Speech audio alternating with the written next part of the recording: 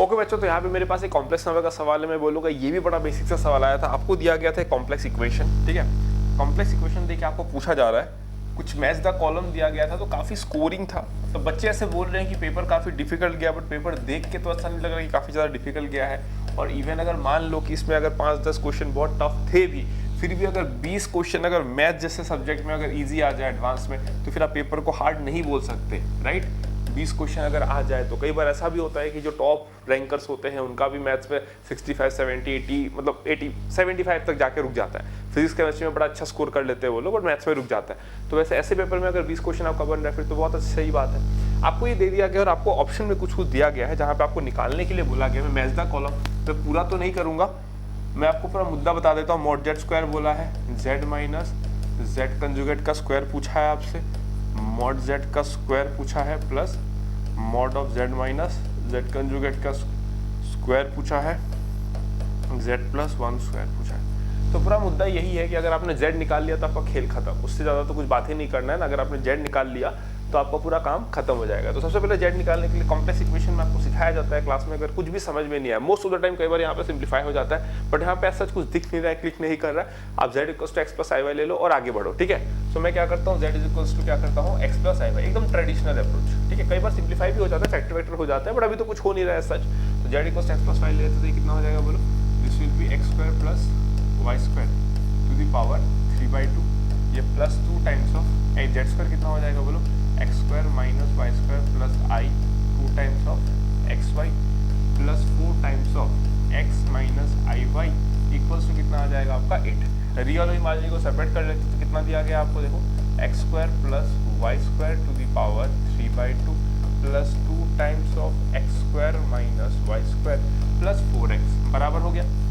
इसको अपन क्या करते हैं, साथ में रख लेते हैं, ठीक है। उसके बाद आपको दिया जाता है plus iota times of 4xy minus 4y that is equals to 8, ठीक है ना। अब देखो, अगर मैं बोलूँ कि कॉम्प्लेक्स नंबर में आप सिंपली क्या करते हो, आप फॉरगेट अबाउट जेडब्ल्यू मेंस, है ना। आप जेडब्ल्यू मेंस को एक बार के लिए भूल जाओ, आप जेडब्ल्यू एडवांस को एक बार के लिए भूल जाओ, आप सब एग्जाम को भूल जाओ, आप अपने बोर्ड्स को याद करो। आप ऐसे क्वेश्चन ना बोर्ड्स में करते हो, है ना। आपको दिया जाता है कि आपको पता है 2 complex number are equal if their respective real and imaginary parts are equal. तो हम सीधा बोल सकते हैं यहाँ पे कि therefore 4 times of x y minus 4 times of y, ये तो 0 आएगा, ऑब्वियसली बात है भाई, है ना। तो x minus 1 into y equals to 0। But आपको बोला गया है कि जो कॉम्प्लेक्स नंबर z है उसका जो इमेजिनरी पार्ट है वो आपको क्या बोला जाता है, 0 नहीं है। तो जो क्वेश्चन है उसमें मेंशन है, ऐसा नहीं कि मेरा मन किया मैंने बोल दिया, क्वेश्चन में मेंशन है कि y जो है वो नॉन जीरो है ना। y जो है वो एक नॉन जीरो क्वांटिटी है। तो y नॉट इक्वल्स टू 0, तो ऑब्वियसली बात है देयरफॉर x इक्वल्स टू कितना आ जाएगा आपको, 1 आ जाएगा, राइट। x इक्वल्स टू कितना, क्योंकि y तो 0 हो नहीं सकता, since y not equals to 0, x equals to 1 आ गया। अगर x इक्वल्स टू 1 आ गया तो यहाँ पे मैं क्या लिख सकता हूँ, देखो अगर x इक्वल्स टू 1 आ गया तो मैं यहाँ पे लिखूंगा, है ना, in this place what I can write, देखो यहाँ पे मैं लिख सकता हूँ 1 plus y square to the power 3/2, ठीक है ना, plus 2 times of 1 minus y square plus 4 equals to 8, ठीक है ना। तो ये कितना हो जाएगा बोलो, 1 plus y square to the power 3/2 plus 2 minus 2y square plus 4 equals to कितना 8, या फिर इक्वल्स टू 4 लिख दो सीधा, इतना क्यों करना है ना, इक्वल्स टू 4 बोल दो, ठीक है ना। तो ये कितना हो जाएगा, देखो 1 plus y square to the power 3/2 equals to 2 times of y square plus 1, ठीक है। इसको मैं बोल सकता हूँ ना 1 plus y square to the power 1/2 that is equals to 2। Obviously मैं डिवाइड कर सकता हूँ वाई स्क्वायर प्लस 1, 0 तो हो नहीं सकता भाई, वाई स्क्वायर प्लस 1 तो ग्रेटर देन इक्वल्स टू 1 होता है ना, 0 कैसे हो सकता है वो, ठीक है। So what I can do next, उसके बाद मैं क्या कर सकता हूँ, देखो इम्प्लाइज दैट, है ना, 1 plus y square that is equals to 4। तो ऑब्वियसली बात है y कितना आ जाएगा, प्लस माइनस √3, है ना। y का 2 वैल्यू हो सकता है प्लस माइनस √3, अगर y का 2 वैल्यू हो सकता है प्लस माइनस √3, x का वैल्यू अगर 1 है तो हमारा काम हो गया ना, हमारा काम हो गया। हमको ये चारों निकालना था, देखो हमको ये चारों निकालना था और हमने क्या निकाल लिया तुम्हारा, हमने निकाल लिया कि जो कॉम्प्लेक्स नंबर z आएगा वो कितना आएगा, x प्लस आई वाई, है कि नहीं। x कितना है आपका 1, x का वैल्यू 1 है, प्लस माइनस आई √3, ये बन गया आपका z। तो z दोनों में से कुछ भी हो सकता है, ठीक है। तो अगर मैं बात करूँ कि मॉड z का स्क्वायर कितना होगा, तो आसानी से निकाल सकते हो, तो सभी निकाल सकते हो ना, ये तो आराम से निकाल सकते हो। देखो सो z अगर तुम्हारे पास में कितना आया 1 प्लस √3i, ठीक है। सो z कंजुगेट कितना आएगा 1 माइनस √3i। और मैं अगर बात करूँ मॉड z का स्क्वायर की, अगर मैं बात करूँ तो मॉड z का स्क्वायर तो 2 होगा, इसमें तो कोई डाउट ही नहीं है, ये तो 2 होगा। आप इसको लो या इसको लो 2 ही होगा वो तो, है ना।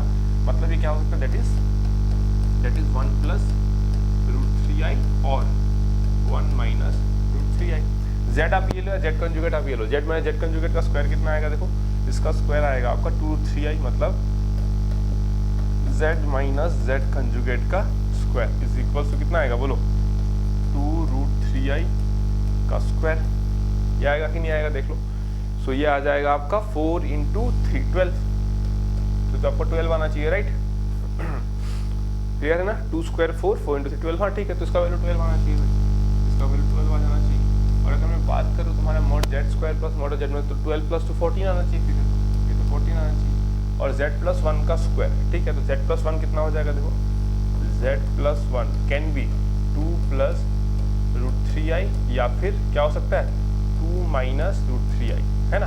बट एनीवेज आप किसी को भी ले लो, उसका मॉड जो आप स्क्वायर करोगे तो कितना आएगा, देखो इसका मॉड वैल्यू कितना आएगा, इसका मॉड वैल्यू कितना आएगा चेक कर लो, है ना।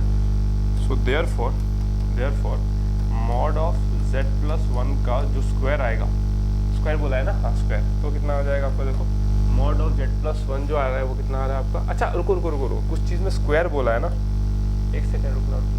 मॉड z का स्क्वायर बोला है, ध्यान रखना, मॉड z का स्क्वायर 2 नहीं आएगा ना, मॉड z आपका 2 आ रहा है ना।